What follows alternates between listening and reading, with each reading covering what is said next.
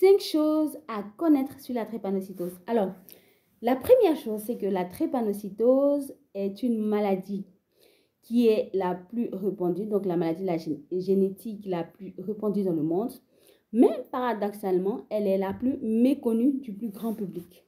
La drépanocytose se serait déclenchée simplement chez le premier porteur, chez les porteurs drépanocytaires, simplement pour protéger l'organisme du paludisme. Alors, l'histoire dit que la drépanocytose protège en fait le porteur, d'accord, du paludisme. Donc, généralement, les drépanocytaires font rarement le paludisme. Donc, du coup, malheureusement, au fil du temps, elle est devenue une maladie qui est vraiment difficile à porter pour le porteur et surtout pour sa famille. Troisième chose, c'est que la drépanocytose a été découverte il y a 100 ans, en 1910, par le docteur James Herrick, qui a découvert cela la première fois chez un patient caribéen. Le docteur James Herrick est un médecin américain.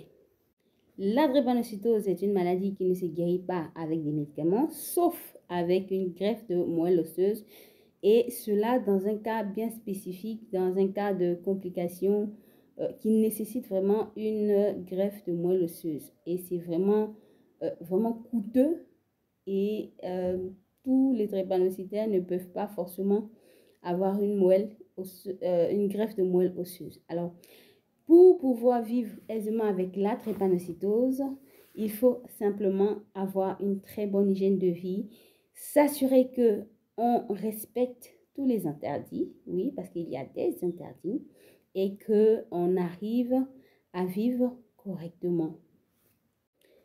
La drépanocytose, quatrième fait, la drépanocytose n'affecte pas seulement la santé physique. Elle affecte également la santé mentale du drépanocytaire et même également de sa famille. Il faut faire attention parce que certains drépanocytaires peuvent faire de la dépression. Les frères et sœurs de certains drépanocytaires peuvent également ne pas forcément comprendre pourquoi peut-être les parents prennent le temps de s'occuper plus du frère drépanocytaire ou pas.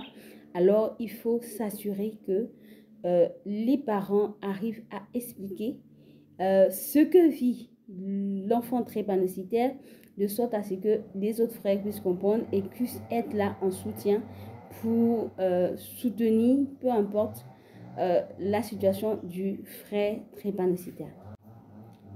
Les crises le cinquième point que vous devez savoir sur la drépanocytose, c'est que les crises vaso-occlusives ne sont pas uniquement que les seuls symptômes de la drépanocytose.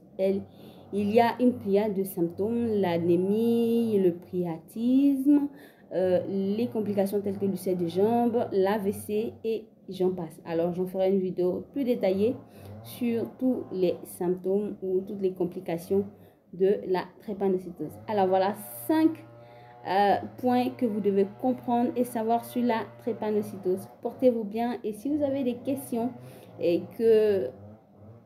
des sujets sur la drépanocytose, n'hésitez pas à les poser en commentaire.